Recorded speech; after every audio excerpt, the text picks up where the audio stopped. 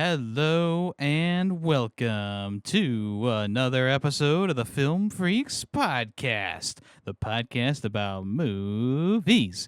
Each episode is about a particular movie, and we'll get to this episode's movie in a little bit. But first, we need to congratulate Ray on getting married this past weekend. Woo!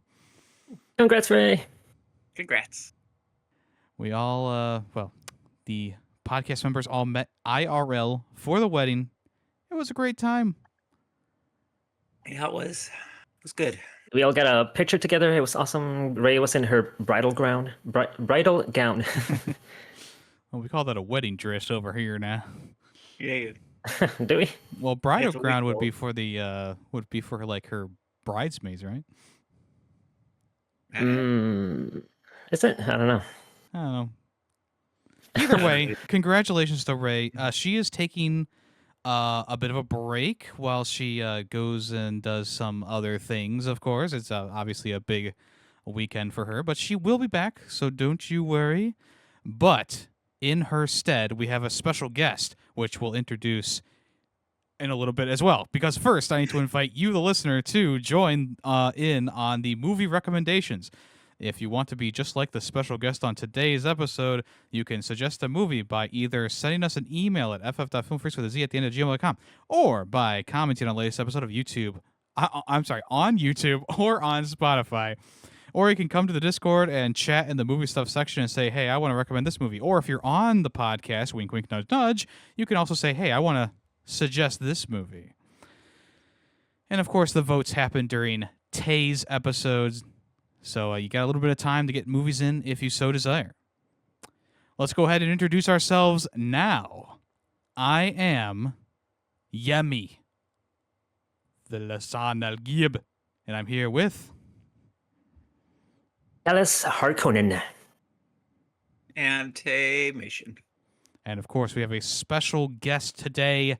Who's there? Hello there. This is General Obi-Wan Kenobi.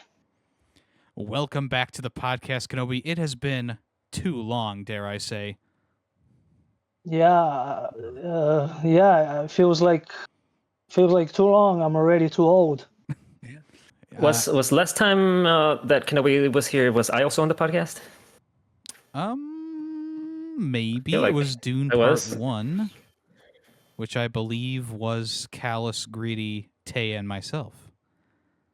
Did I miss that episode? Because we usually have one person miss when we have a guest. Not on purpose, it just happens. And I feel like, because I'm like, I don't remember if I was there or not. That's a good question. We'll check that after the podcast. Yeah, it doesn't matter. I just... There's occasions where we have all four members. This is not one of those occasions, of course. But Yeah. No, I didn't.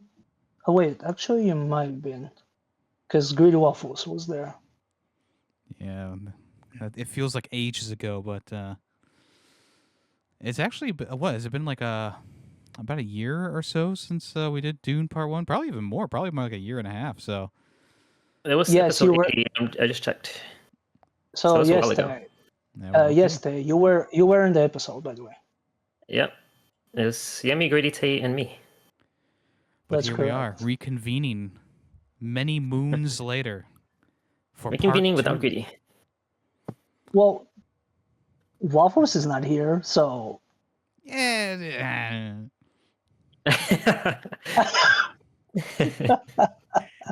Tell him you said that. No, he'll hear it. Well, I mean, it's too late now to say, hey, watch the movie real quick. Yeah, it's true. Let me just watch it on Well- 10 times speed. let's all hope you've probably seen it. That's all. I'm going to guess, and I might be wrong, I'm going to guess no, he has not seen the movie. Which, by the way, we need to introduce. So, Kenobi, take it away, sir. Alright, so today we are reviewing Dune Part 2, which came out in 2024. which continues the story of Paul Atreides, which unites with the Fremen while on the warpath of revenge against the conspirators who destroyed his family. Facing the choice between the love of his life and the fate of the universe, he endeavors to prevent a terrible future.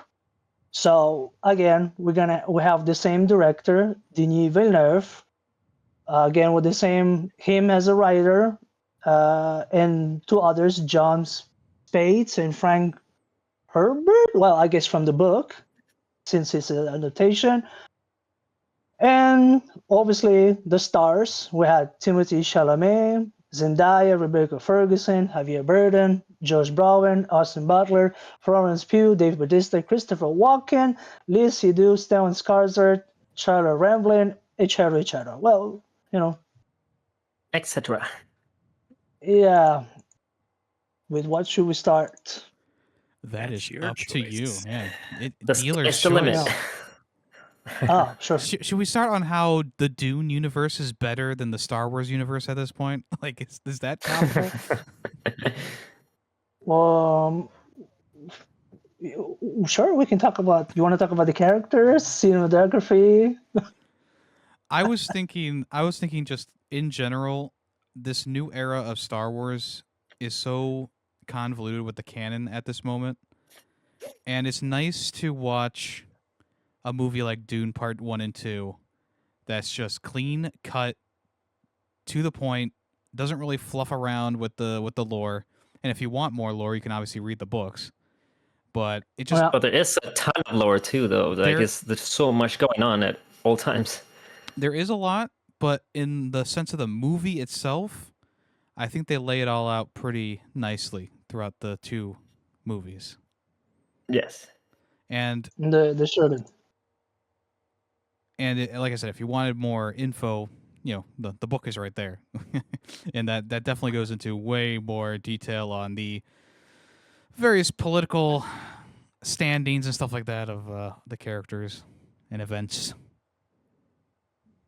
Yeah, I guess it was hard for them to introduce everything since it's a big book, Oh yeah, I mean it's probably the biggest book I've flipped through since Moby Dick back in the day, and I mean it's not even that tough of a read, honestly. Like some of the character names are like, if you don't know how they're pronounced from like watching the movie, like Harkonnen can be kind of hard to pronounce, but yeah, it all reads pretty well in all honesty.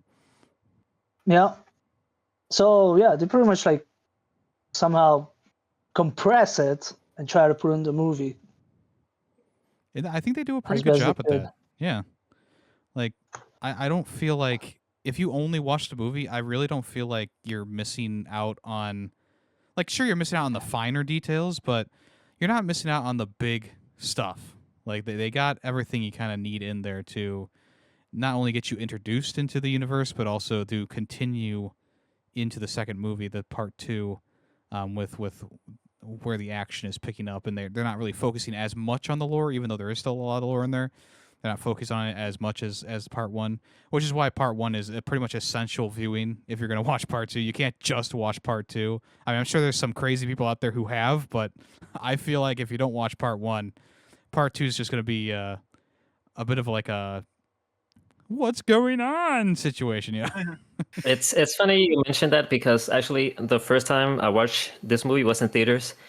I was in Texas with my family, and me and my brother felt like watching it because it had just come out that weekend. And our mom was with us, and she also wanted to just like hang out at the movie. So we had to literally like sit down in the theater before the movie started and explain to her like really quickly what happened in the first movie, because she didn't watch the first one before watching the second one. The crash course. Yes. I mean, for me, it's been a while since I'd seen the first one. So as we start, I started the second one. I was like, wait, what happened again? Like, I think there was a few times I like, wait, didn't she, like, looked over to Yemmy, didn't she die in the first movie? No? Oh, okay. Yes, I forgot to mention, Tay and I watched this together. Yeah. I picked him up from the airport, and we had plenty of time to kill before Kalas came in. So I said, you know what? Let's just turn on Dune Part 2. So we snuggled up on the couch with 5 guys, burgers and Ooh, fries. nice. And then we watched the movie. And Randy. Oh yes, Randy came along okay. too. Yeah. Okay. We should invite Randy. Yeah, where's my dog? He can come on the podcast. Out of 5 whoops. He left like halfway through and then came back, so he missed a lot of Yeah. lore. I feel like he'd Yeah. probably give it like a Oh. 3, you know. Plus, he didn't probably watch the first one. Yeah, he wasn't there for the first one. He was upstairs. Well, probably. he wasn't happy with the sandworms. Probably he's like, "There's no dogs. There's no dogs." Yeah, where the heck's the dog in Yeah. this movie? No cats for him to chase, or yeah, he just. I'm guessing he didn't really enjoy the movie. But he did enjoy the French fries that you dropped on the floor. So Yes, the what? It was a what? But yeah. So I really feel like at this point, having a clean and cut canon for a universe like Dune that has spanned quite a long time now. I mean, there was a movie that came out in like what, the 60s or something like that. About the book, and the book came out a while before that. I just feel like consistency in canon is very much appreciated. They didn't really change too much for these two movies here. I mean, there are differences, but not like egregious differences. And when I look at the Star Wars universe as a whole, just in a vacuum, it started out pretty good with that original trilogy. We had a nice, concise canon, and then there was books that came off of it that either expanded or added bits and pieces to the middle of the trilogy, and things just started to go off the rail. I mean, I feel like after the sequel started up, they just started to mess up the canon, and it's not just with the movies, but there are comic books that came out that I was reading where they just tried to splice in these random stories that were like, well, I mean, technically these characters were here, and I guess it kind of makes sense that they would just suddenly be there. And the same thing happened with I think my apologies, but the Obi-Wan Kenobi show really fucked up some pretty strong canon as well, which Kenobi can comment on too. But I just feel like having this nice, concise Dune canon just feels so refreshing because we have so many multiverses and stuff now. And the direct comparison, of course, is the current state of Star Wars. Well, both Dune and Star Wars got inspired by a lot of inspirations, like novels and etc. Yeah, But spaghetti Dune, westerns, I know. For Star sorry? Wars. Oh, Star Wars, like George Lucas, did it off of like spaghetti westerns and well, kind like, of. and It's the one kind of. guy or the Buck Rogers or whatever. It could be. I don't Buckaroo remember. Banzai? No, that was after. Okay. But I know that, for example, for Dune, Frank Herbert got inspired by the older classic science fictions and some historical. That's why That's why it's been made so like in depth compared to Star Wars. Yeah, it almost feels like the how do you say it? The Similarian with the Lord of the Rings. Similarian. It just Similarity. it gets Similarity. it gets You so mean the detailed. similarity? I obviously I think the Samaritan is more detailed than what Dune goes into, which is kind of crazy to say because Dune also is very detailed, but Yeah. it's kind of a similar vibe. I mean, two different, like obviously sci-fi versus fantasy, but it's a similar set of dedication to honing these universes essentially, which is appreciated a lot. Yeah. Yeah, well, Frank Herbert probably thought of this early because since he got inspired by a lot of novels. I don't know about George Lucas, but like Dune inspired a lot of other science fiction franchises. So it's always hard to like say what's very classic. But Dune is a classic book, pretty much. Oh, yeah. Yeah, I think at this point it's cemented itself in the overall like book world as like a sci-fi classic, and I agree. It is a sci-fi classic. Yeah. Yeah, not to mention that it took like so many years to at least somewhat get it right to the kind of to make it close to the book at least. I mean, we had the other Dune book, a Dune movie, but a bit 84 is when it came out. I by looked. 84. yeah, by David Lynch. But we're hardly talking about it. So today is not about that, which is funny because the David Lynch one, it's has a lot of like minutes in there. But now with everything combined, Dune 1 and 2 is longer. And not to mention, there's going to be a third one. Yeah. The Dune Messiah, right? Yeah, it should be something. Yeah. Which The they need. Al-Qaeda. This ended in this ended kind of not like didn't wrap things up. So it's like, all right, there better be like a part 3. Yeah, I'm very interested to see, because I haven't read the next book yet, because essentially part 1 and 2 are the entirety of the first book. So I'm gonna try and read the next book before the next movie comes out. I'm probably gonna fail at doing that, but I'm gonna try. Good luck. Good luck. Yeah, it's gonna be interesting to see what happens, because the ending of part 2, like you said, it's a bit of a quick ending, a quick wrap up for everything that happened during this film. But at the same time, it leaves you on the edge of your seat. It's almost like that scene going back to Star Wars. It's almost like Attack of the Clones, where they're loading up the Star Destroyers, the Republic Star Cruisers, for battle, and then you jump into Revenge of the Sith, and it's the Battle of Coruscant.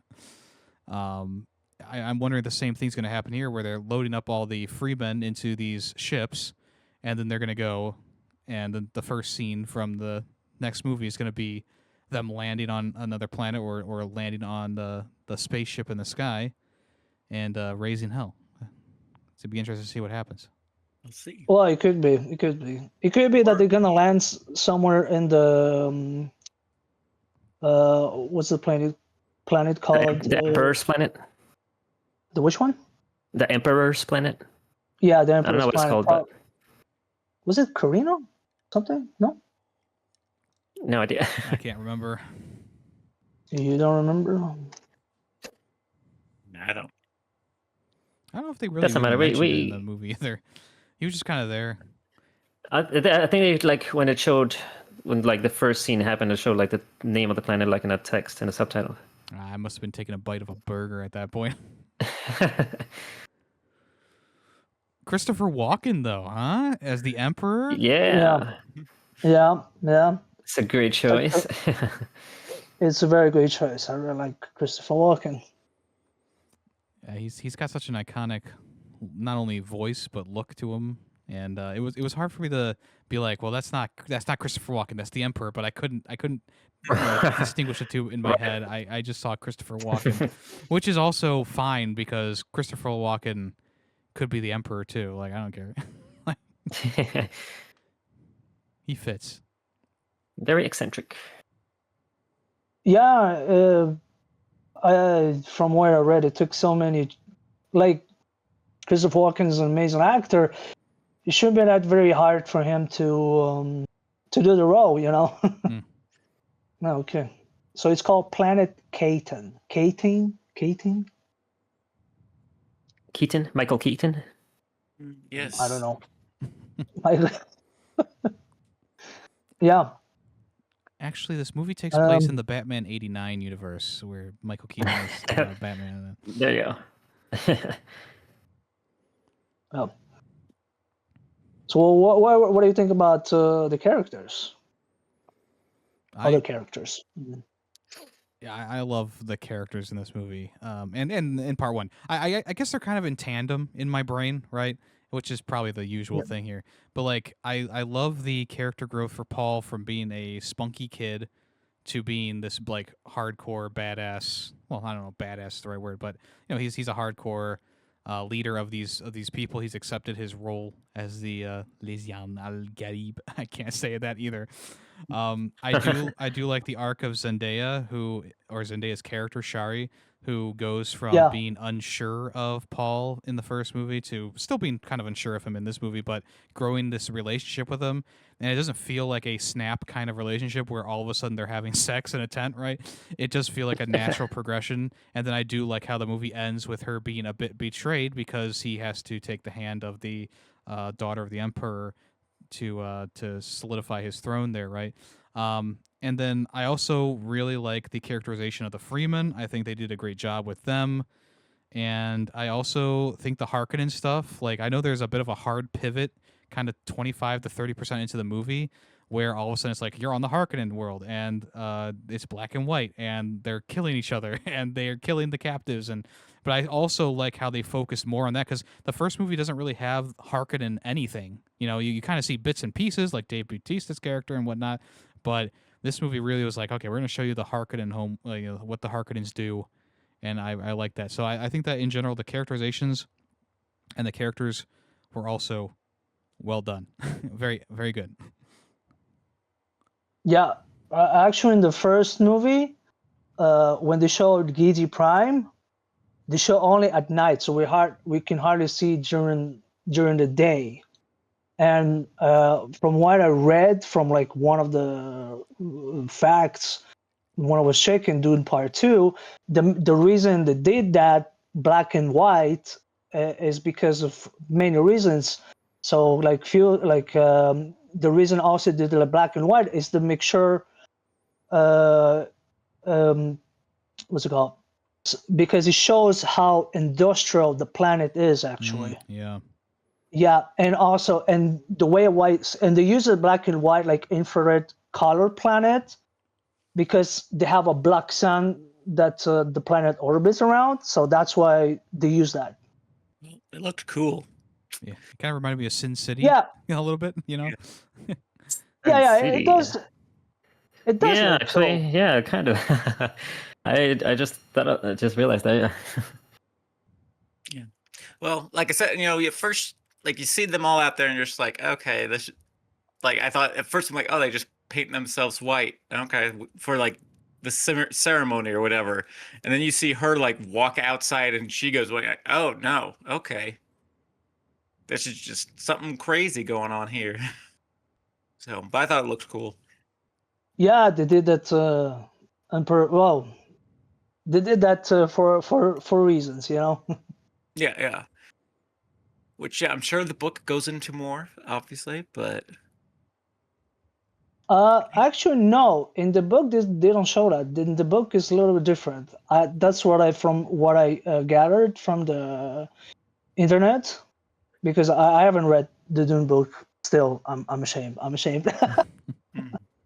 Yeah, but I think in the book is a little bit different. Even the look of Fade Rofa, who played by Austin Butler. He has like a different I wouldn't say complete personality. I don't know, but I'll say like the look of the character.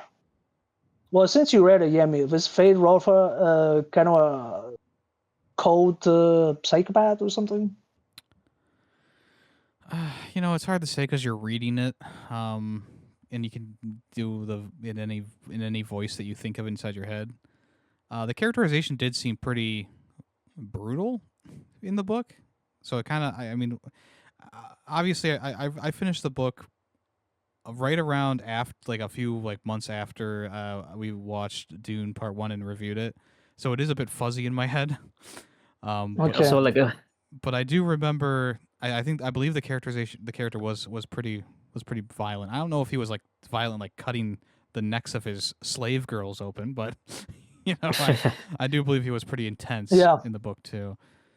And that of course goes back to like there was also extra characters that they took out of the movie.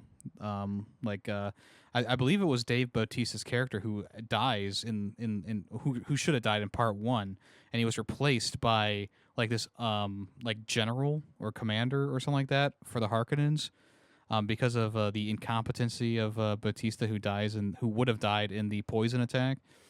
So I'm wondering if he was like I am wondering if the what's his face, Austin Butler's character was a kind of like a combination of those two characters as well. Yeah, well, They took a lot of liberties with it, which I do think, like, if you're a purist for the books, you're obviously going to be like, well, yeah, blah, blah, blah, blah. But personally, I don't mind.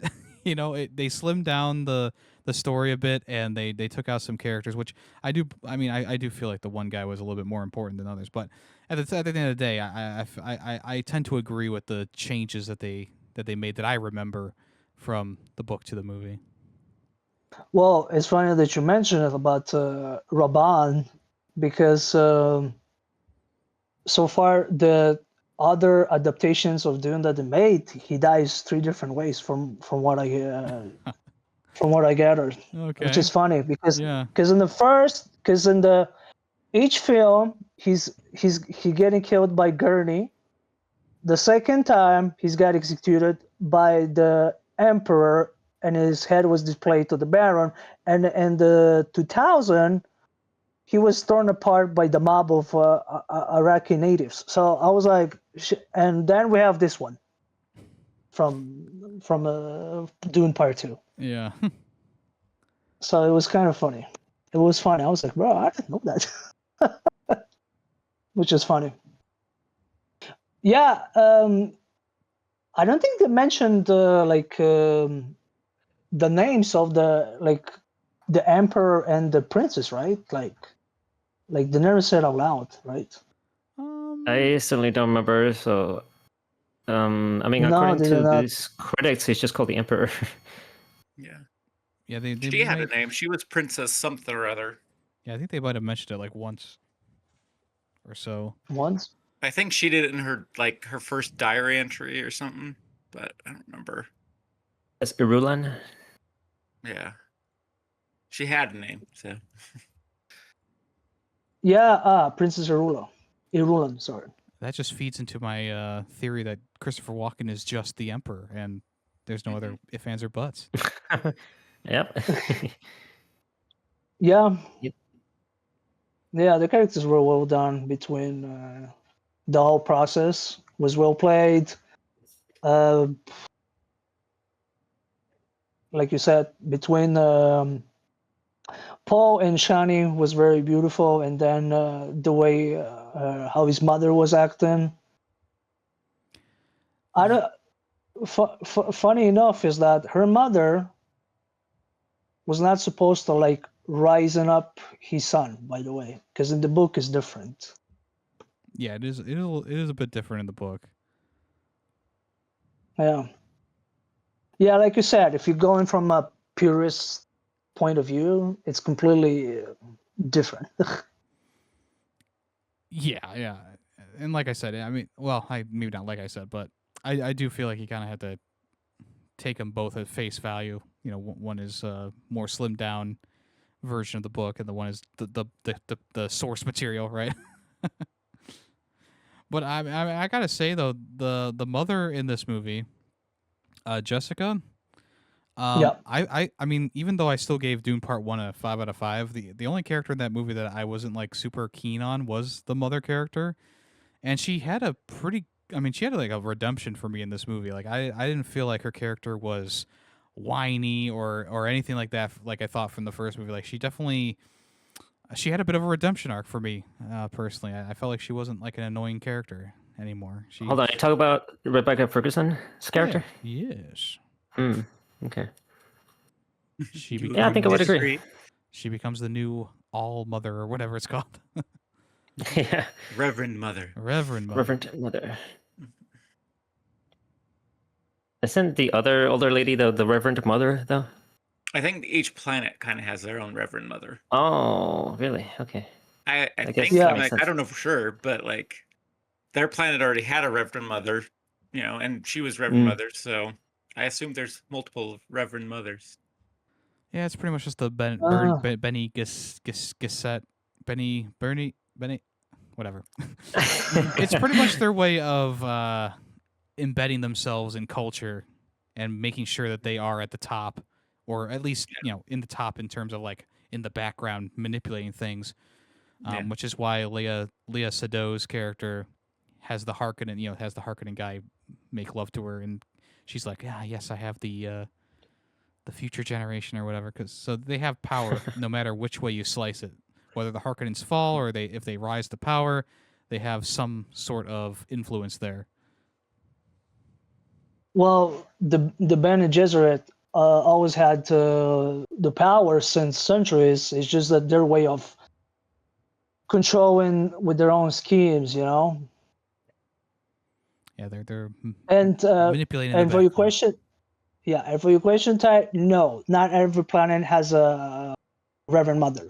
They have like a sister which descends, which goes directly on top to being Gesserit. Think of it like nuns with sort of kind of a order, Yeah.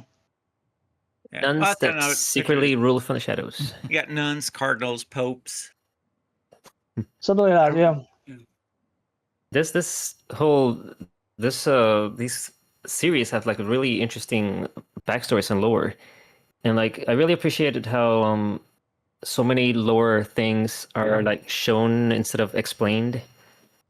Like how some people have like certain powers, they just show them using the power and they don't have to like explain it. We just this person has this power, so they like then nothing is like over explained and everything's like Yemmy said, very concise.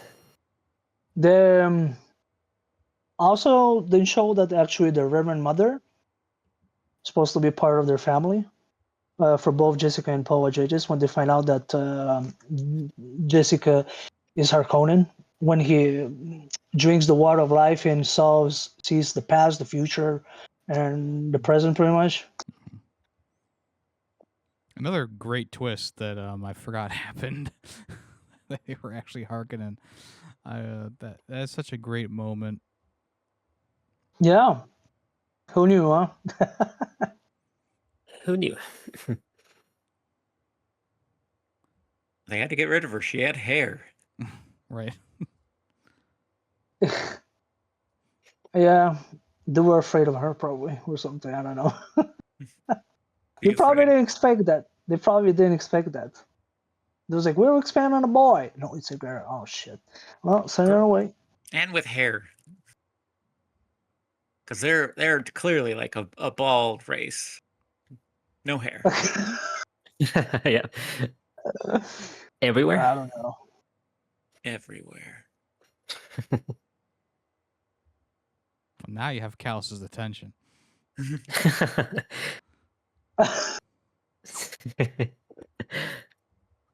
Also, there's a funny Easter egg that from the first one, when Reverend Mother says silence to Paul, he does the same thing in part 2 with the silence, which is kind of ironic. Yeah. Mm-hmm. Cute. Yeah. And so we're going to go back a little bit to characters. For me, it was funny when what's his name again? Stilgar. Not Stilgar, sorry. Not Stilgar. Crap, I forgot his name. Can you believe that? Gurney. Yeah, Gurney. So Gurney. So when Paul finds finally Gurney, it was so funny. It was kind of funny that the Freeman didn't accept him because he didn't pass enough time to be like one of them. And when Gurney says like, "Oh, we have those badass missiles," and then when he says to explode like the whole planet, they look at him, Stilgar and Channing like it's a figure of speech. That was funny. Didn't they say they were like nukes? But they weren't really nukes though, were they? They were just like I think they were Big nukes. Big I explosion. think they were nukes. Because they launched 3 of them at like the mountains. Yep. Shouldn't they have like created like much bigger? I don't know. I guess I don't know what a nuke's supposed to look like. I mean, there's a bunch Well- of different yields of nukes. So I guess true. Well, they could be just like ICBMs, and yes, they were nuclear weapons. Warheads. Yeah, warheads pretty much, and they could cause like a large impact, but maybe not the big enough, like a big nuclear missile where you'll cause heavy damage pretty much. they chose their smallest ones to blow up the mountains, so they weren't protected from the storms. Yes. So wait a second. Does that mean that Paul Atreides is basically Gandhi From with all those nukes? From Civilization, yes. Yes. Yeah. Yes. I, So what else, guys? Did you like? Yeah. The one Go thing ahead. that I will say that was pretty nice about this movie was because they could have gone a pretty weird direction with it.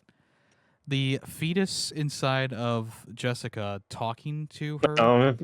They Yeah. could have gone the route of the David Lynch movie and actually had a voice for the character. They didn't have a voice until like the very last scene, which I was like, okay, fine.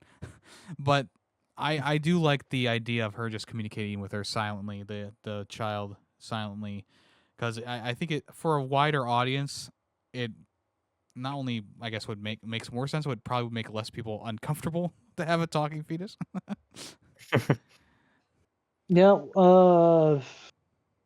In the So- novel, actually, in the novel, it was actually Paul's little sister, Alia, who's killing the Baron Harkonnen. So for your statement, she could have been a little bit older, yeah. She could have been older, or they're obviously well, I was gonna say they're stretching it out, but they're not stretching it out. They just changed around so that Yeah. Paul was the one who did it. But Yeah, and we already know who's the actress who's gonna play. So Oh yeah, who? So yeah, I don't. Who is it? you don't know, really? No. I don't. Following it. It was Anya Taylor-Joy. Mm. Oh, okay. Yeah. She appears like in I did see she that. Yeah. appears yeah, because she appears in the visions and she probably did the voice. But somehow they kind of didn't credit her, which is funny. Like she became uncredited. I don't know why they did that, but I'm pretty sure she's gonna appear in the third movie. That's for sure. Robert Pattinson's in the third movie too. let's go. It's connected to the Batman Good. universe. Yeah. The old Batman and the new Batman, Keaton and Pattinson. Yes. Jason Momoa's in it. Wasn't he in the first one? Didn't he die in the first one? Or am I thinking of someone else? You did. They didn't show him dying in the first one. He just kind of closes the door and you hear him fighting. Gotcha. Right? They don't kill him on screen, right? I don't think so. No. I don't remember. No, I don't think we see him killed. But he probably closed the door, and he told Poe just to like run, like Yeah. Well, I mean, he's in the Run third away. movie, so I guess he survived. Spoiling ourselves with the Well. actors list. Yeah. That's our fault. That's not. They don't have Wow. the full list. Like they don't list the baby character yet, Maybe he's just like a voice, or maybe he appears in like a flashback. or a flashback. Yeah. It's Duncan, Idaho. That's his name. I forgot that was his name. I forgot about that too. I wonder if Johnny Utah will be in there. Well, yeah, I just got spoiled. He actually does, bro. He does. He actually brings back as a. I don't think I can mention it. He's gonna be cast as a spoiler. Yeah, let's not spoil it. Yeah. I really just spoil. I just literally spoiled by checking on the internet. Whatever. Yeah, because he dies in the first movie. He sacrifices his life because the Sardukar kills him actually, but and he was not in the second movie, which means he was dead. And the third, well, something happens. They have something, and somehow he brings back. I'm not gonna say how. Yes, yes. If you know the book, if you know the novels, keep it to yourself for now. You know. I just wonder who Robert Pattinson is gonna play now. I'm curious since they mentioned it. Don't look at it. Don't do it. No, don't do it. I can tell you his character's name. No, don't say No, it. don't. Yeah, well, the movie's not even out yet. Like, To be fair, it is rumored. So Oh, it's rumored. it's rumored he will be playing somebody, but it hasn't been confirmed. Ah, okay. So I can tell you He's the probably- rumor. Well, you can tell the rumor. Fine, go tell the rumor. I guess. Skytell. Sky, what? No. Skywalker. Yep. Oh, is that what? The Star Wars universe is colliding with the Dune universe. No. Don't do it. Dun, dun, dun. Could have been a Skytell? I don't know. Who opened the door? Who opened the door to the multiverse? I want to close it right now. Close the damn door. J.J. Abrams. Oh, you son of a. Disney. It was Disney. So, for some reason, J.J. Abrams. while I was watching this movie, I turned over to Tay and I'm like, wait, wasn't William Dafoe in the first movie? And I don't know why I was mixing the two movies in my head, but William Dafoe was in that Aquaman movie, and he wore a very sci-fi outfit in that, even though they were all underwater in Atlantis. And for whatever reason, my brain was like, "Oh yeah, that was Dune Part 1. It was William Dafoe." That's funny. Yeah. Yeah, I realized that after I was done watching the movie this time, when I finished it up, I was like, no, William Dafoe wasn't in that in the first movie. And then I would remember it. I was like, oh yeah, he looked like a character from Dune with like the outfit in Aquaman. So I don't know why my brain did that, but it did. It happens. You probably had some weird butterfly effect or something. Something maybe more like a Mandela effect, perhaps. Yeah, probably on the effect. It can happen, you know. Sometimes you're thinking, wasn't that guy? You're like, no. So, what y'all think of the So- special effects in this one, huh? Oh yeah. I mean they're just as good as they were in the first one. Oh, they killed it. They killed it with the sandworms when Paul was riding the big worm. I was like, bro, that's top. Yeah, it shows that they took their time and they really polished this movie. Even the effects that are in broad daylight, which a lot of times will Is the say case. like, yeah, we'll say like, oh, they kept the movie in the dark because of the CGI, but this one they were like, nope, it looks great. So you can see it with a full blazing sun, which was especially on display when the Freemen attacked that big spice harvester in the middle of the day, and the chopper or the thropter was flying around like that scene stands out to me as like one of the best visually looking scenes for like an action scene. And then like Kenobi said, with the sandworms, especially when they jump out of the sandstorm at the end of the movie, like that just looks so good, and it really just adds to the whole spectacle of the entire thing. And it's not distracting either, being like out of place or not looking quite right. It all just blended so seamlessly into the world. Yeah. Yeah. They did a real good job with all the effects. Their explosions looked good, their sandworms looked good, their sand looked good.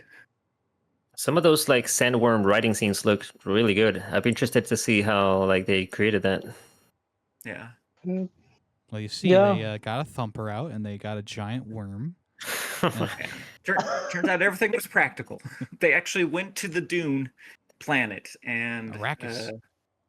well, Dune was its original name, and it went back to that once. Oh they yeah, that's freed the Freeman. that's the reveal towards the end. Yeah, That's how they know he's the one. because he knows the name of the planet before all the horrible empire showed up. Did the worms from Tremors cosplay these Dune worms for this movie? I'm not Yeah, sure. kinda. Yeah. Yeah, they went to the dune, you know. These are actually like the younger versions of the worms that came to Earth. Yeah. The Tremors are. They're just not fully grown yet. If they had been in the Earth for longer, we would have had Dune-sized worms. Yeah. Thank God they killed them, huh? Yeah. Thank God for Kevin Bacon. Exactly. But then they came back like 4 more times, and each time they metamorphosized. We don't evolved. talk about the sequels, Tay. Tremors 2 was good too, okay? We only talk about the beautiful masterpiece that is Tremors. Thank you. I stand that Tremors 2 was good. Well, Tremors 3 Good- started good to quick. get a little suggest it bit for your next movie, Tay. Oh, he's challenging you. We lost him. He's got Tay got up and left. I have to go find Tremors 2. Hold on. No. Huh, maybe I will. Maybe I will. Would be the perfect Christmas movie. Yeah, although my next pick's gonna be around Thanksgiving, so Mm, Who will the Close next- enough. yeah, close enough. when the worms give you Christmas gifts. No, this whole movie was a Christmas gift for me. I tell you. I Really? get the feeling I know what Yemmy's gonna give it. I will say there was one scene. It was actually during the one where the Freemen were attacking the giant spice harvester. That Thropter going around had pinpoint perfect accuracy for every single goon that was or Freeman that was around there. All of a sudden, when it's Paul running out into the open, they're like, "Oh, we missed our shot several times. Whoops!" And that gun had a huge Yep. spread on it too. Like that was a giant circle of whatever Yeah. bullets or whatever. like I'm surprised they were only hitting like 1, maybe 2 people with that. It was like they should be hitting like groups of people with this gun. But yeah, as soon as Paul starts running out there, they're like, "Oh, I forget how to aim." Actually, I don't remember how to do anything. Can you take the controls for me? Yeah, who the hell injected the Stormtrooper and Luke Skywalker in there, huh? But I do like the scene was impressive though. Like when she shoots that missile that pierces through the shield, like that visual of the Thropter exploding inside of the shield is so Yeah. fucking tight. Like that was such a great visual effect there. It is. Well, remember what they said. You have to wait for the moment so the shit can break when they start shooting. So Yeah. they went on like a pinpoint on that. Yeah. But man, that visual is going to live in my head rent free of that Thropter exploding inside the shield because that was such a cool visual flair there of like the shape of the Thropter still being there, but the explosion being, kind of contained inside of it and then it expands outward when the shield is deactivated. Chef's kiss. Yeah, very cool. Technical aspects, anyone? Define technical aspects. Yeah. Well, I guess Well, I mean, the costumes were all great, if that's kind of what you mean. Even like the live sets that they had, like it wasn't all filmed on green screen or blue screen, but there were some pretty nice practical things in there as well. From a technical standpoint, well, take us like camera work, editing, sound, lighting. I don't know, mise en scène. yeah, that'd be cinematography for camera work. I Yeah. mean, this was a beautifully shot film too. Like Yeah. It was. there's a reason it was up for so many awards at the Oscars. Like it was just a very beautiful looking movie. And I kick myself that I didn't go watch it in IMAX. We have one IMAX theater around me in the Science Center, and they were playing it for a couple weeks. I should have gone to that. Oh crap! I forgot to mention this. So in MBDB, I forgot to mention that. So It won 2 Oscars, 170 wins, and 372 nominations total. Wow. Yeah. That's a lot. Yeah. That's a lot. It's deserved though. I understand it not winning like movie of the year or whatever, the best movie, but I mean Yeah. it was a pretty stacked year in terms of a film when it came out, but winning 2 Oscars at this Oscars or the Oscars that it won at is still pretty impressive. Yeah. So what was the 2 Oscars? I don't remember actually. I believe one was special effects, Yeah. and the that other would make one sense. might have been adapted screenplay, perhaps. That's just off the top of my head. I probably am wrong. Okay, I got it. Best visual effects and best sound. Sound, yes. Nice. I did mention sound, technical aspect, huh? Sound, here you go. Yeah. Great segue, Kenobi. We're here. No, yeah, I mean the sound. I mean the sound design in this movie was also. I mean it was pretty much on par with Dune Part 1. Yeah. And I would say a lot of this movie is on par. Like it's not like I don't know what movies to compare it to, but I guess you could say like it's not like going from The Last of Us on the PS3 to like The Last of Us Part 2 on the PS4. Like the difference in these two movies is almost non-existent in terms of like visual fidelity and like the visual effects and stuff like that, the sound design, like it all kind of holds up. You don't have to there's not going to have to be a Dune Part 1 remaster to up the visuals. There's not going to have to be a George Lucas tinkering with the special effects kind of thing going on, because Dune Part 1 and Dune Part 2 stand side by side, which is actually incredibly difficult to do for two movies that are made so closely together. You know, you feel like one of them's going to be hampered or whatever, but yeah, they pulled it off. Both movies look incredible. Yeah. That's true.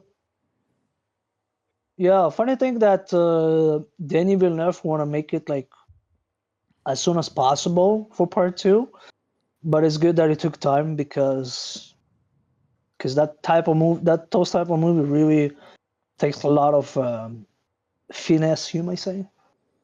I Yeah. believe it's Villeneuve is his last name. Denis Villeneuve. The fuck? No, it's Denis Villeneuve. He's French Canadian. Are you sure it's not Villeneuve? No, it's Denis Villeneuve. I know because I know French. Oh. Yeah, it's weird because the pronunciation on Letterboxd is Dana Villeneuve. Danny Villeneuve? No, you don't say that. I'm just saying on Letterboxd, that's how they're showing it. Danny Villeneuve. On Letterboxd?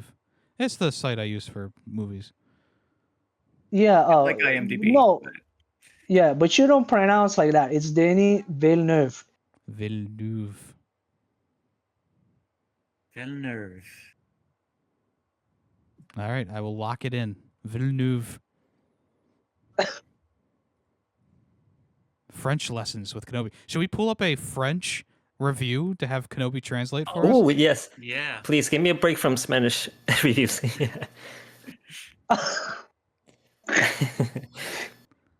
Wait, what? What am I to tell you from a French? We're just gonna give you a French review to read and translate. Yeah, you have to translate it. I have to find one though. Like Yeah. Spanish ones are pretty easy to come by, but French. Well, might- apparently Portuguese ones are easy to come by. Yeah, say, Well, most yeah, of yeah. them Portuguese. If you can find one. Well, I found a Spanish one, I think. Pido. Well, that's for Callas. That's Wait, not no, for me. maybe is this French? Pido perdón a los empleados de That sounds like Spanish. Spanish. All right, That's all Spanish. right. So this is Callas here. This is the first one I came across. There you go. I put that into the Film Freakz Oh, dude. Discord. I will I try. don't read it now. Yeah, go ahead. Well, because I need to try and find a French one now. Okay. Oh, I found the That's fine. German Let's one. see. Oh, well, maybe you can do that one. No, I can't do that one. Well, let's see if I can actually translate this. This review says, I ask forgiveness to the employees of the Principe. What? Okay, I don't know what this I think that's the cinema they were at. Cinesa. Yeah, I guess the theater. Yeah. Because on this March 15th, they had to clean a semen. Hold on, a big amount of What? semen from one of the chairs.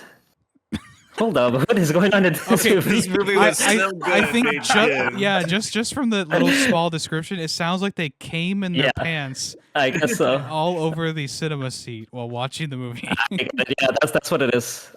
For like all the things that they were seeing from the movie. All right, there He's we go. that scene made him, yeah, basically that. Yes. I found. Okay, yes, they said the last line because I pulled up and translated. You are very correct. Yeah. And everything. The arena scene made me come. I found This is their a last French review for Kenobi here. I just sent it to him in the DM here. It's a very awesome like film, my friends. I loved it. Ah, see? Oh, nice and easy. Yeah, nice and nice. easy. How can I get a DC one? You got the funny one though. You got the guy coming all over the movie chairs. The arena scene was just too much for him. He got very excited. Let me try and find that German Yes, I one. saw that no hair. That got so excited. This person says, "Bald Austin Butler will be looking in the back of my mind forever." Interesting. All right, here's the German one. Muss ich nochmal Glücken. Yeah, I honestly, the only word that I recognize in here, other than the basics, is Kino, which is, theater. Well, Another person who jizzed their pants in the theater. Trotzdem ein sehr guter Film. That sounds like That's that's in German. yeah. Yeah. Well, okay, that was another corner. What did we call this the last time we did it? good question. Kals's Translating translation review. corner. Kals's Spanish corner. I don't know. But now we also have French too, so it's now the multilingual corner of reviews. Yes. There we go. We'll just The call it- multilingual of madness. Yeah. It's actually Latin languages. Thank you very much. Now All right. The romance languages. the Romance, exactly. Sorry, Romance. I meant Romance Bilingual languages. review corner. What's that Dexter's Laboratory thing? Say the French. Say it in French. He's like de fromage or something like that. Cheese. Yeah.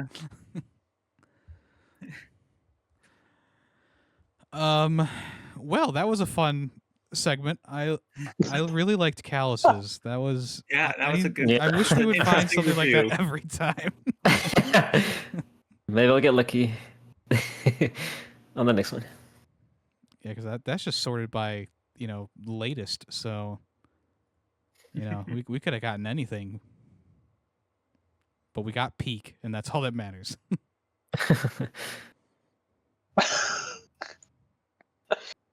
Yeah. So, Yeah. Overall, yeah, go ahead. another stuff like going back to the team. Yeah, it was very well done, like with the outfits, costumes for both Freeman and like the way how they showed it. The Harkonnen, they show a lot of difference over there. We seen with Atreides in the first one, right? Mm-hmm.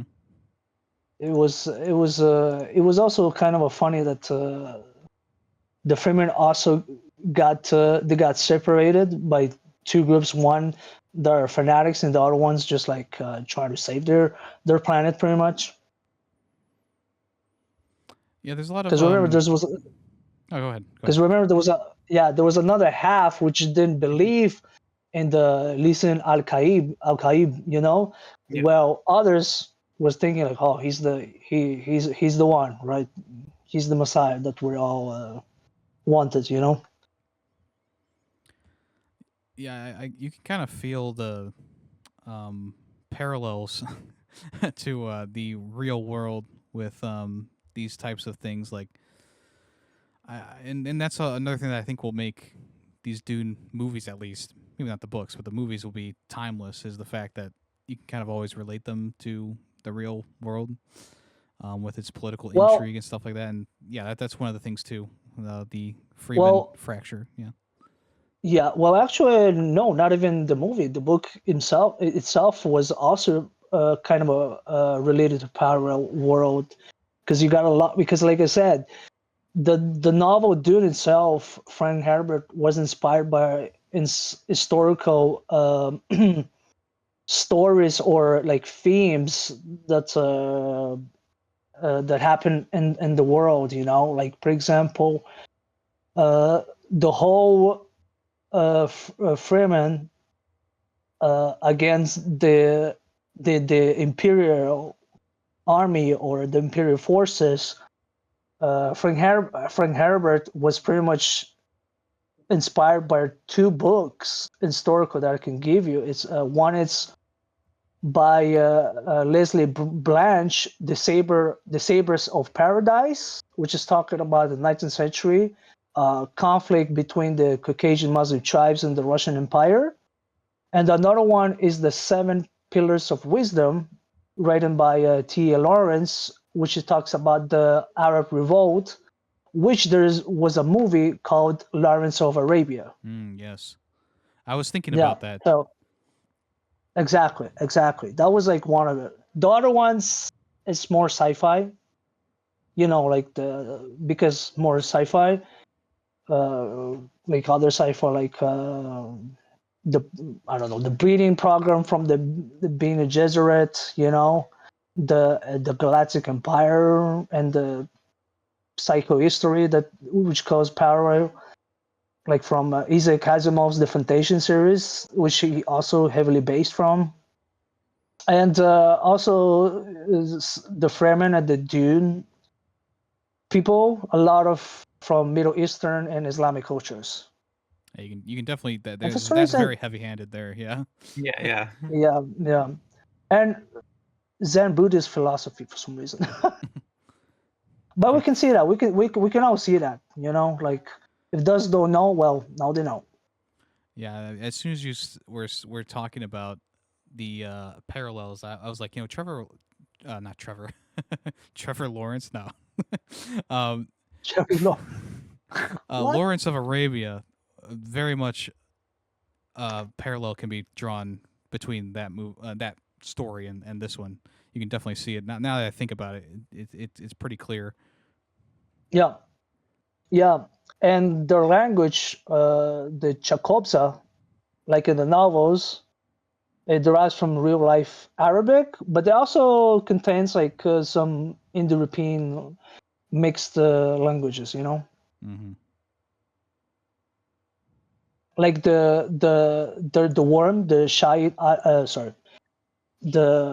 what's it called again? Before I screw up. Hold on a second. So many different names. Kind of gets confusing a little bit. The Shai al Khulud, which means internal, the thing of internals or infinity or something like that, which is Arabic again. No need to. Just saying. Yeah. Oh, so there's a reason I don't try to pronounce these things. Well, I butcher everything, so you know, don't feel too bad, Tay. You cannot pronounce it. I can, because I know 3 languages. Mm-hmm. In one of my languages, I can speak with the so I can say it. So that's why when I try, I get it. Nerd.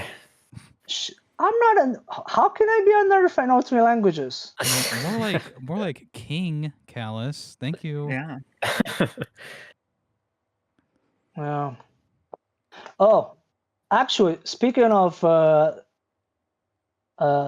technical aspects, so who was playing the Baron? Okay, Stellan Skarsgård. Yeah. The body makeup took 8 hours to apply and 2 hours to remove for every day of shooting. And I even saw on YouTube when he was doing like a Dune interview. Was it Dune interview? No, actually, it was not a Dune interview. I'm sorry. It was actually Andor, but somebody mentions about the costume, and he said it was quite painful. You know, it took a lot of time. It I looks can great, imagine. too. Like, especially adding like a lot of kilos, like 40 more kilos or so. I don't remember. It was yeah, pretty I mean- like a lot. yeah, I'm sure it was I was like, giant. yeah, I was like in my head, I was thinking, bro, that's a winner. That's a winner a little bit because I'm not sure each actor will suffer in that big makeup, body makeup, you know? Yeah. I wouldn't been like if it was me, I'd been like that scene in the first movie where he almost dies. I've been like, could you just kill me off here? Yeah. I don't need to wear this makeup anymore. I'm done. Yeah. Well, you know what really sucks is Baron Harkonnen's action figure was the least popular of all the action figures, so you know, No. we got to get those numbers up, you know. Go to Five Below or whatever where they're selling them and pick up a couple, you know, and just make them feel better about all the work they put into it. Action figures? What are you Yeah, talking who about? doesn't want a Action figures? giant fat Harkonnen as an action figure? Speaking of action figures, I think I mentioned in the first part, but I have 2 action figures: Stilgar and Duncan. Hey, that's Duncan, good. Idaho. Nice. Yeah. I Yeah, I just have Shrek, which is close enough to Baron Harkonnen. So just give him black clothes, make him bald, and he'll look exactly like he's him. already bald. We're already Oh no halfway no there. no! Oh no! Sorry, I meant make him completely white. Just add Oh. like a lot of mustard. Give him black clothes, and voila, Baron There we Harkonnen, go. right?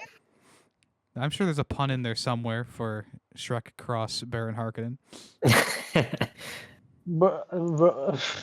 Man, there's to look it up. Even I'm sure there's something out there already. We need to get No, Kalas just on find this him- though. A good pun for Shrek X. I'm thinking. Shrakanen? Don't like the sound of that. Yeah. I got nothing. Sorry, We'll I failed you. workshop it for the next episode. We'll also forget about it by the next episode. So we're not Yes, I'll have something by the Dune 3 review. yeah. And then Tay will also have finished all the books by the next episode too. So Oh yeah. Good. But No, actually, I cannot Kenobi's gonna suggest Lawrence of Arabia next. oh, Ray won't like a What? 3-hour movie, but hey, I'll like that. actually, Watch it for a long time now. 3 movie. You guys find 3 hours movies boring. I mean, based on your I don't. I do not. It's I like last enjoy like their 3.5 hour movie we did. Everyone gave it, I think, like 5 stars. So, The Good, the Bad, the Really? Ugly? No. well, I was thinking Uh, RR. not that one. RRR Oh, that was, one, yeah. was 5. That was just 3 hours. Yeah. Yeah, okay. you. Speaking of the bad, the good, and the ugly, you guys cracked me up. I left a big comment. Ask Yemmy. Okay, It's I true. thought you were about to say something else. Yeah, I did too. Based on our previous review. You guys cracked me up. Like, why is named ugly? He doesn't seem ugly. He doesn't like we have the good and the bad, but this guy doesn't look ugly. I'm like, no, bro. Ugly for his character, like personality. Oh my god, how can you miss that? I was so laughing, bro. I was face palming the whole listening. I was like, bro, how can you miss that? We were so distracted by his good looks, we couldn't see past Yeah. it. It's true. Yeah. I know what you mean, but Although I did You see guys- recently a picture of him, and he is very ugly now. All right, But well, that's because he's like 96 and like missing teeth and whatnot. And wow, ageist over there, man. yeah, he didn't age well. I'll just say that. Mm. hey, that doesn't count. That doesn't count. Yeah, let's get a picture of you when you're 99 years old. Yeah, well, you I'll look at least 85. Oh, look at that. We already have an arc lore. yeah, we'll get back to y'all in 60 no 50 years 50 years 55 years, yeah. 56, 55, somewhere around there. It's okay. It's okay. You guys. It's okay. I'll become a Force Ghost. I'll see everything. Okay, sounds good.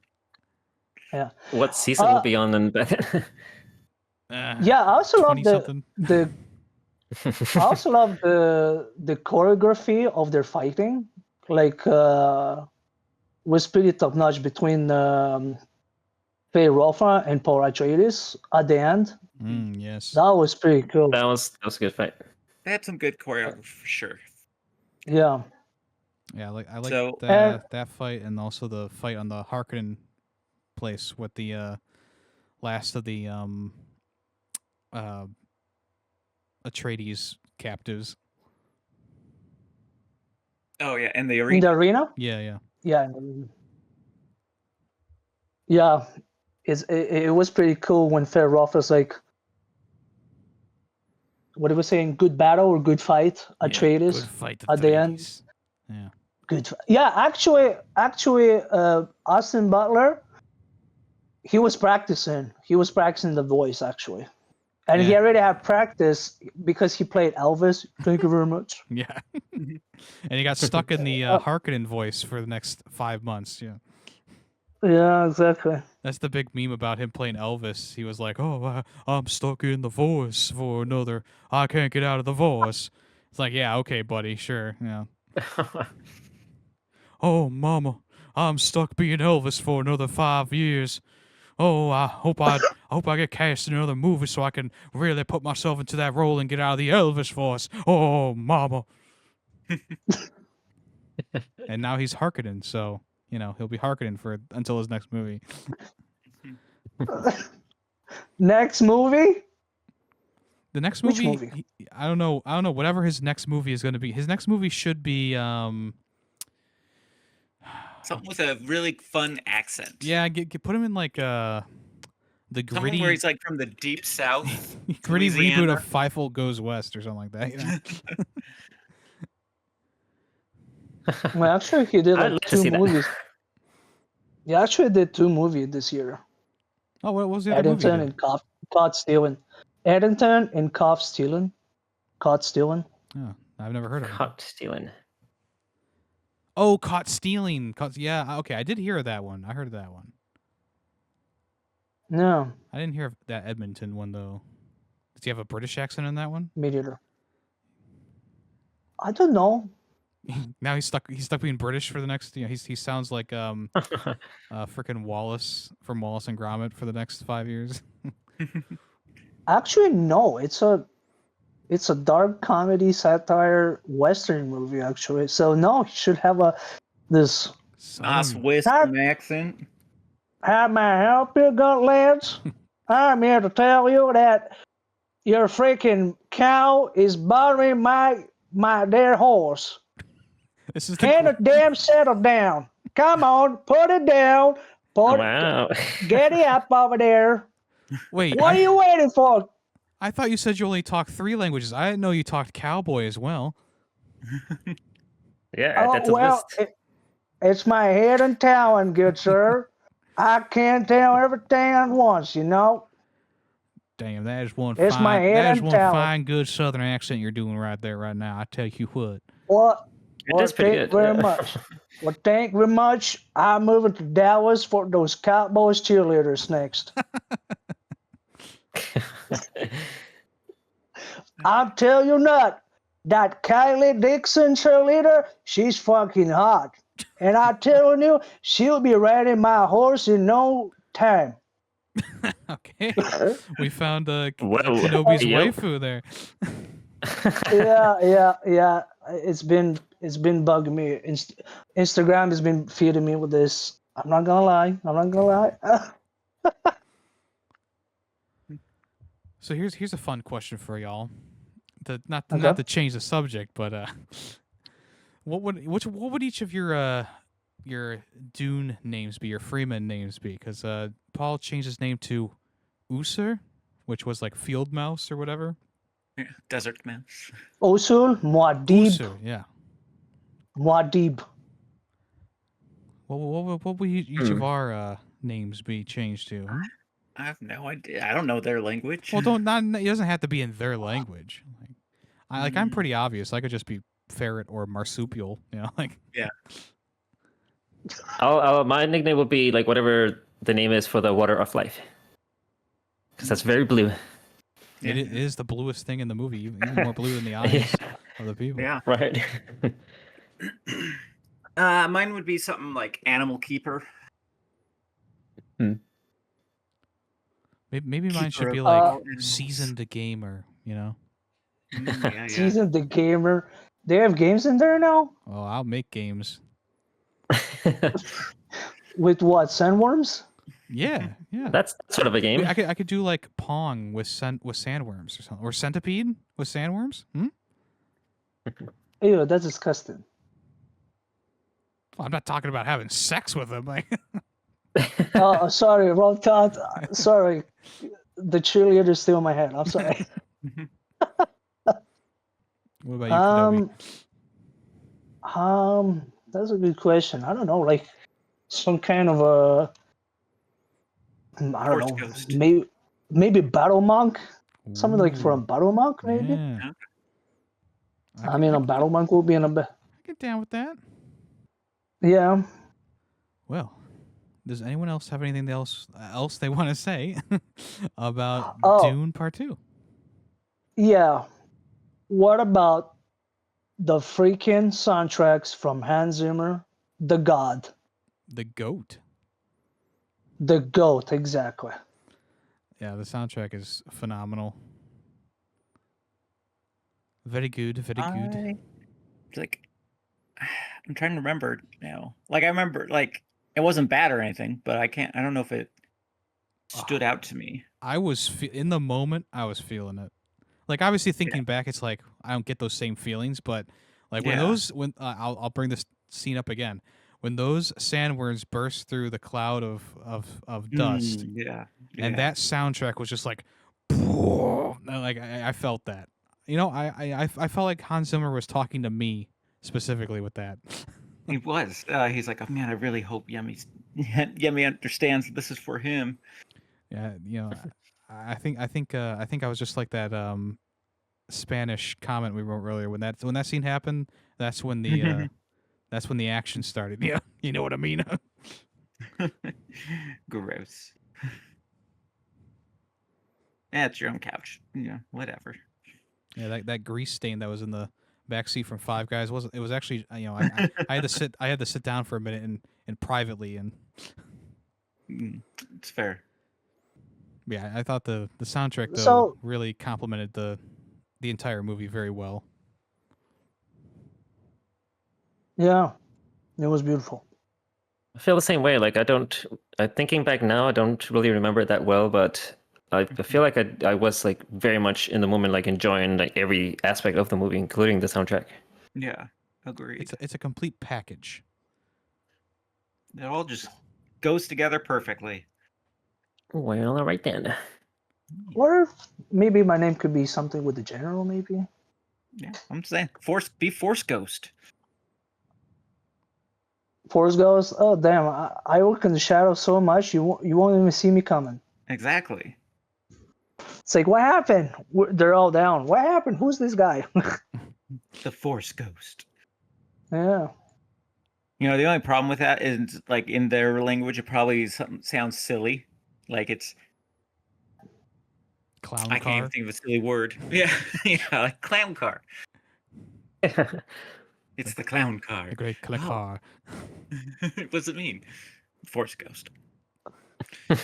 Sounds cool. Why don't you just call him Force Ghost? Different language. All right. Well, do we want to head over into our final thoughts and rating out of 5? I'm down for that. You're good for that, yeah? Yeah. Why All not? right. Kenobi, why don't you go ahead and start us off? So I love the movie by itself. Obviously, the novel is completely different, but since I didn't read it and I'm not exactly a purist, the movie gave me a big aspect. I mean, I enjoyed the plot. Everything else was beautifully done. So I would like to give 100%. So a 5. Out of 5. Exactly. All right. I am not surprised by that. Well, yeah, I mean, this one was all right, you know. Sure. No, I love this one. I mean, I love both the movies equally. Like, I honestly, if gun to my head, like, which movie do you like better? It's like, I don't know. I mean, they're both like really good in their own rights. I mean, in my mind, they're just one movie. Yeah, I mean, essentially, they can just be seen as one movie, sure. But like, you know, if I had to choose to watch one again, like right now, yeah, I would probably watch the second one again over the first one, just because the second one had a bit more action going on. But at the same time, like the political intrigue of the first one and the whole like, you know, whatchamacall, the betrayal in the first one, like that's huge, and then like obviously it all feeds into the second movie. But I mean, you know, pretty much on the same level. Like visually, it looked great. Cinematography, it was awesome. Everything just kind of meshed together for this one. In terms of like sci-fi epics, I'll say the same thing I said for part one. This is a perfect sci-fi epic. It sets a new standard for the sci-fi genre, and that's why I'm also giving it a 5 out of 5. Cool. Yeah, I pretty much agree with you guys. I felt this movie was just like so perfectly shot. Like the story is so good. Everything is told, like everything's so immersive, and like the characters all did a great job with the actors. Yeah, I would not be able to give it anything less than a 5 for me as well. Daddy. Okay. Well, for me, no. I think, you know, overall it was really good. Obviously, visual effects and everything we've talked about were amazing. Were great. Acting was good. Story was pretty damn good too. I feel like it did end kind of abruptly. Even after 3 hours. Yeah. Well, just like the way everything was resolved, it was just like, and it's done. You're like, oh, okay. So what's gonna? Oh no, Well, we're done. There's the credits. It's not okay. resolved. It's just It's like not. the first Yeah, movie. that's the thing. It's It's not a resolved. cliffhanger. Yeah, this I sort didn't of like realize. left to. Yeah, I didn't realize sort- there was going to be a part 3. So, but yeah, I mean that doesn't really take it away. It's just it was a small like, oh, it's not over. I have to watch another one, and means I have to wait for another one, kind of thing, which is always a little sad. But overall, yeah, it was a really good movie. Would I give it a 5 though? Kalas, what did Tay give the first Yeah, movie? what I Just give to the first one? refresh Yeah. his memory. Yeah. Let me see if I can find it again. I think I gave it 4.5 out of 5. That's what I'm But that's what I give for the first one, if I recall. But I'm I don't thinking know. I gave the first one. So. But I think I rewatched it. So I rewatched it. Okay. Hold on. So I watched with my mother, and I was thinking maybe I should give it 5 5 out of 5 too for the first one. Did your mom enjoy Because it? she enjoys it. She enjoyed it, bro. I showed her Oh, 2 let's movies. go. She enjoyed it. She enjoyed the 2 movies. She said it was pretty amazing. So, and when she said, I'm like, okay, I guess I gave her 5 out of 5 for both of them, you know? I was gonna say, I feel like I did like this one better than the first one, which I guess I was correct because I originally gave it a 4.5, the first one, and Tay did as well, 4.5. Yeah, 4.5. Drum roll, yeah. please. But yeah, keep thinking. But yeah, but if I Yemmy said, Dune Part 2 would be a little bit better in terms of like action, a little bit better with the plot, maybe like the cinematography on with the teams is gonna and music is gonna pretty much stay the same. But like Dune Part 2 will be better than Dune Part 1. Well, what if I think That's my they were take. both just as good as each other? Maybe I'll harness my inner Ray here. No. Wait. No. No, I'm gonna give it a Wait. 2. No. Yeah. I'm trying to think. I enjoyed it. But like, I don't know if it's something I'm like keen to ever watch again. But maybe. Don't feel bad about wanting to give it a 4.5. Yeah, just give it what you want. No judgment here. Yeah, I'll give it a no 4.5. judgment. Alrighty. And with that, the average for this movie, there will not be a Ray review, so the average between us four is a 4.875. Good enough for me, I Yeah. guess. Yeah. Close enough to 5. I accept it. Just watch out, Tay. There's Yeah. ghosts behind you. It's all right. My cat is watching over me. Don't worry. I love cats. They won't bother. No, it's okay. Yeah. Like I said, I still thoroughly enjoyed the movie.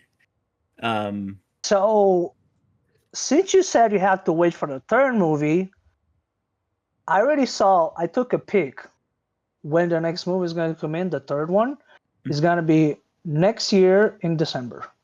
Okay. Well, that's good. Cool. I thought you were about to say that's the next one I'm going to recommend when that comes out. Actually, yes. I'm calling dibs on that in case my movie suggestion won't come in, if you know what I mean. Yeah. You can have like a placeholder one until Dune Part 3 comes out, or Dune Messiah, I mean. Yeah, because look how much time it took just for Dune Part 2, right? I know, Yeah. There's a lot of competition out there, you know. For some reason, Lucy has a tight grip over the movie recommendations. Yeah, I know. And it looks like Lucy always like winning, like with the what was it, RoboCop, right? Terminator? Was it Terminator? I don't remember. Terminator and Kung Fu Panda, right, and stuff like that. Lucy's got a secret army that just votes on hers. Oh yeah, don't worry about that. Soon as about to change. I have a friend. Ooh. His name is Ted. I think Yemmy knows about him. The Bears two fan, people right? doesn't Yeah, he's make a an Bears army. fan. Yeah, he's a Bears fan. So imagine he's gonna put the Chicago Bears from 1985. The defense was unstoppable. So imagine that, huh? Well, do you have a movie that you want me to put down for your next recommendation? For now, man, all the sci-fi pretty much taken. Well, think about it. I'm Think sure about it. this- You just let us know, either in the Discord or wherever. Yeah, that's fine. Okay. So for now, I'm going to choose not a sci-fi movie. It's called The Duelist by Ridley Scott. His first movie. Oh, okay, all right. The Duelist. Yeah. All right, it is written down. Yeah. Well, now And we don't got. forget the placeholder. No, I won't forget. Don't worry. I already saved my document. We're good to go. Okay. Okay. Thanks. So now that we've gotten the next fan recommendation from Kenobi out of the way, this is actually a first for Kenobi being on the podcast. We now do a segment called Small Recommendations, where if you have something that you've been watching, playing, etc., it doesn't have to be a movie or a game or whatever. It could be a book. It could be a hobby. It could be a place, or thing. If you have a small recommendation, let us know. We would love to hear. And if you need time to think, I'm sure one of us can talk a little bit before you come up. Yeah, give me some time for that one. All right. I recommend to everyone to play Ball Pit or Ball X Pit or Ball Times Pit, depending on how you want to say it. It is a brand new roguelite game inspired by the likes of Ball Breakers and also Vampire Survivors. It kind of combines the two genres there. Vampire Survivors in the way that you collect gems to level yourself up. You get random items that you can pick between to upgrade your character throughout the run. And like a ball breaker in a way because you shoot lots of balls at enemies who are slowly falling down towards you. It is an amazing game. It has a killer soundtrack, has really great graphics. I am currently in the 5th area or the 5th level or the whatever you want to call it, and it has gotten a bit harder now. I will say I have not beaten it yet, even though I've tried like 3 times in a row now. So the difficulty curve is definitely curving in the right way for me because I'm always scared when I play a roguelite that it's just going to kind of plateau with difficulty. But this one is definitely making it more difficult, which means probably a little bit more grinding on the earlier levels to level up a bit more before trying things again. But I'm very much enjoying the game. It's actually taken over a lot of my gaming time outside of streaming and stuff like that. So, and even when I stream, I just did a stream for it not too long ago. So, yeah, Ball X Pit or Ball Pit or whatever you want to call it. Definitely a huge recommend. It is on Game Pass, but I don't like Game Pass anymore. So just buy it for $15. Support the developer. They're an indie developer. Okay, well, I guess I don't feel bad for buying it on Switch then, because yeah, that is a very good game, and I guess it would be also my small recommendation. A very good game. I haven't really got a chance to play it too much, but still very much recommend. Very enjoyable. It's a great airplane game. I don't have a small recommendation this week, so. Tay's small recommendation is Five Guys, burgers and fries. I do always enjoy Five Guys, burgers and fries. Go to Ohio, I guess. It was fun. It was. To watch the Cleveland Browns? No, I mean you don't have to, but if you want to, you can. Oh, okay. So yeah, I found it. Something. Go for it. Okay, so I'm not sure if you like my type of games, but it's not a game. It's actually a TV show. It's called the Terminal List. Is the series tells the story of a Navy SEAL who seeks to avenge the murder of his family. Pretty much, you understand throughout. There's gonna be a 2nd season. And they just finished a prequel of the Terminal List, which is called the Terminal List: The Dark Wolf, and it's also based on the book series of the Terminal, which is called with the same name, the Terminal List of Jack Carr, who is the writer. But you can check it out, the Terminal List on I think it's on Amazon. Yeah, it's on Amazon Prime. It's on Amazon, and the same you can watch as well the Terminal List Dark Wolf, which they finished it not a long time ago. And what was that about again? Where did you send it? It's about so on Terminal List is about the Navy SEAL who seeks to avenge the murder of his family, pretty much. Oh, okay. Basically, he's the Punisher. Looks pretty cool. Well, Tay, if you know my previous nickname, you know the whole story. Oh, okay. He doesn't know my lore. He doesn't know my lore, Yemmy. That was a whole lifetime ago, though. Yeah, that was forever ago. I feel like you were still the chaotic Punisher back when the podcast started. Like that was how long ago it was now. Yeah. Yeah, it's pretty well done actually. The Terminalist. I loved it. I recommend it. And I haven't finished completely Terminalist Dark Wolf, but I still recommend it because it's from the same team. All right, sounds good. I will write that down to possibly check it out. All right, it is time for me, YemmytheFerret, to recommend a movie, and I get once again the illustrious place of a kind of awkward pick between the October month and the December month called November, if you didn't know.